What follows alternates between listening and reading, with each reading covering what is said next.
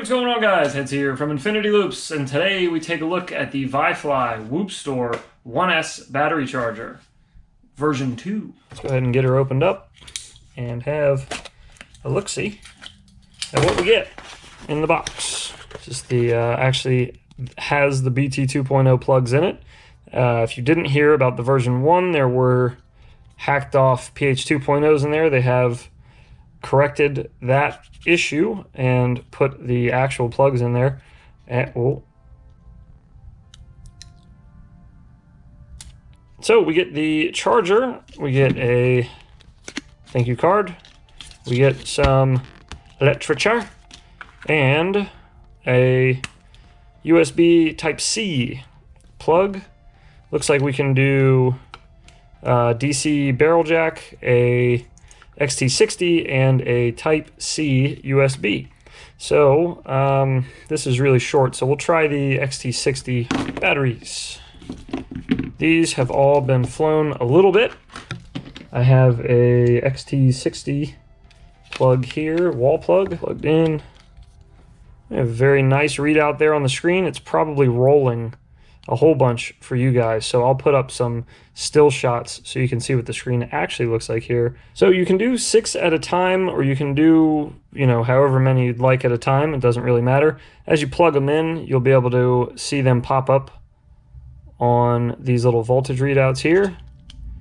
You can see as we're plugging our batteries in there, our voltage is popping up. So these aren't too bad. These are pretty close to storage. But I did notice they swapped the BT 2.0 the way that they're facing. The other ones were facing, they were lined up horizontally as opposed to stacked in vertically.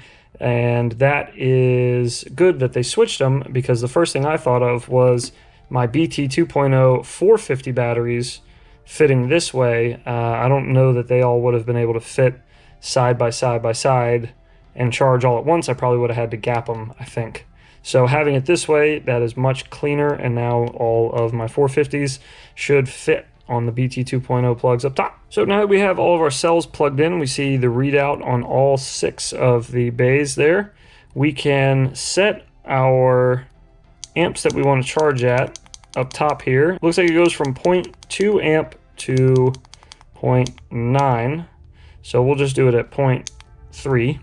You can set your voltage down here. You can choose between 4.2 volts and 4.3 for your high voltage cells. There's also a full charge versus a storage charge switch that you can use to flip between those two there. But I believe once I have set my current, I hold down this button and we're charging. So our lights are on, our red LEDs are on, and I believe those just turn off when it's done charging. I don't think they actually change color. So right now this is doing a storage charge, and it's taking them down to 3.85 volt.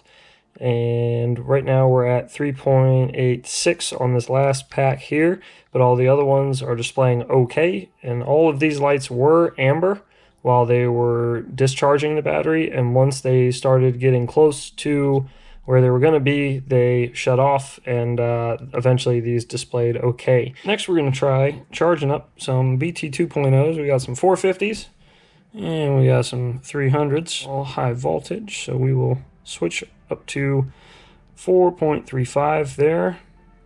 We're going to do a full charge and let's let her rip. So in conclusion, I think they put out a pretty good product here. It's the first of its kind, and this is the version 2, and I know the first version did have its issues, and I followed them closely on Facebook, and there was a lot of back and forth with the company on there, but they were very involved in the conversation. They listened to the feedback, and they addressed it very quickly, as well as they're offering for anybody that may have bought the V1 version, they're replacing it with the V2 version. I want to say thank you to VIFLY for thinking of us and sending us one of these to check out. Even though this was a review product, they had no input on my review whatsoever.